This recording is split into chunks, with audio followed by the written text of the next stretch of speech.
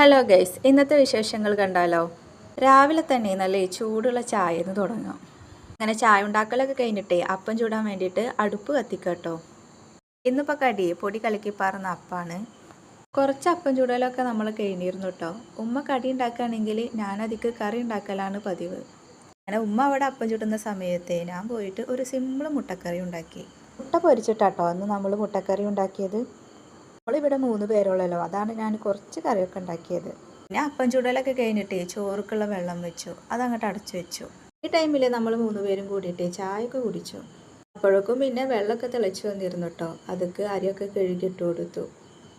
ചോറൊക്കെ ആയപ്പോഴേ നമ്മൾ അടുപ്പത്ത് തന്നെ ഉപ്പേരിയൊക്കെ റെഡിയാക്കി കേട്ടോ. ഇന്ന് ഉപ്പേരി പച്ചവാഴക്കയാണ്. അടുപ്പിൻ്റെ അടിയിൽ നിങ്ങളെ കുറച്ച് മുളകൊക്കെ കണ്ടില്ലേ, അത് ഉണക്കാൻ വേണ്ടിയിട്ട് വെച്ചതാട്ടോ. പിന്നെ ഉപ്പേരിയൊക്കെ വന്നപ്പോൾ നമ്മളെ കുറച്ച് മീൻകറി ഉണ്ടാക്കി. ഉമ്മ അവിടെ തേങ്ങ പൊളിക്കുന്നുണ്ടായിരുന്നു കേട്ടോ. പിന്നെ ഞാൻ അവിടെ പോയിട്ട് കുറച്ച് തേങ്ങയുടെ വെള്ളമൊക്കെ കുടിച്ച് കുറച്ച് എനർജിയൊക്കെ ആവട്ടെ. വൈറലൊക്കെ കഴിഞ്ഞിട്ടേ ഇന്നാണ് നമ്മൾ ഈ ഫിഷ് ഫ്രൈ ഉണ്ടാക്കിയത് കേട്ടോ. സംഭവം ചോറിൻ്റെ കൂടെ കഴിക്കാൻ ഇത് മാത്രം മതി, ഒരു രക്ഷ ഉണ്ടായിരുന്നില്ല, അടിപൊളി ടേസ്റ്റ് ആയിരുന്നു. അങ്ങനെ ഫുഡ് അടിയൊക്കെ കഴിഞ്ഞിട്ടേ ഒരു 2 മണിക്കൂർ റെസ്റ്റൊക്കെ എടുത്ത് വീണ്ടും നമ്മൾ വൈകുന്നേരത്തെ അടുക്കളയിലേക്ക് തന്നെ വന്നു. ഇന്ന് കുറച്ച് അരിയുണ്ട ഉണ്ടാക്കാൻ വിചാരിച്ചു കേട്ടോ. ഫസ്റ്റ് നമ്മൾ ശർക്കര ഉരുക്കിയെടുത്തു. പിന്നെ ചട്ടി വെച്ചിട്ടേ അരിയൊക്കെ നന്നായി വറുത്തു. അരിയൊക്കെ വറുത്തതിന് ശേഷം അത് തണുത്തിട്ട് മിക്സിയുടെ ജാറിലേക്ക് ഇട്ട് കൊടുത്ത് നന്നായി പൊടിച്ചെടുത്തു. പിന്നെ എൻ്റെ കയ്യിൽ അണ്ടിപ്പരിപ്പും കടലൊന്നും ഇല്ലാത്തതുകൊണ്ട് ഞാൻ അതൊന്നും ഇതിൽ ചേർത്തിട്ടില്ല കേട്ടോ.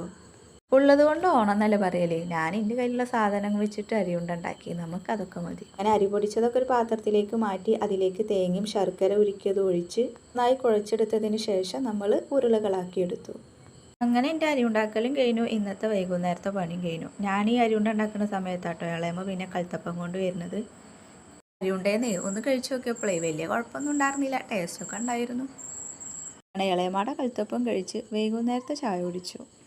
ചായ കുടിയൊക്കെ കഴിഞ്ഞിട്ട് നമ്മളെ കുറച്ച് നേരം തറവാട്ട് പോയിരുന്നു. ഇന്നത്തെ എൻ്റെ വിശേഷങ്ങൾ ഇതൊക്കെയാണ്. ഇതുപോലത്തെ അടിപൊളി വീഡിയോസുമായിട്ട് നമുക്ക് വീണ്ടും കാണാം. അപ്പോൾ ഓക്കെ, ബൈ.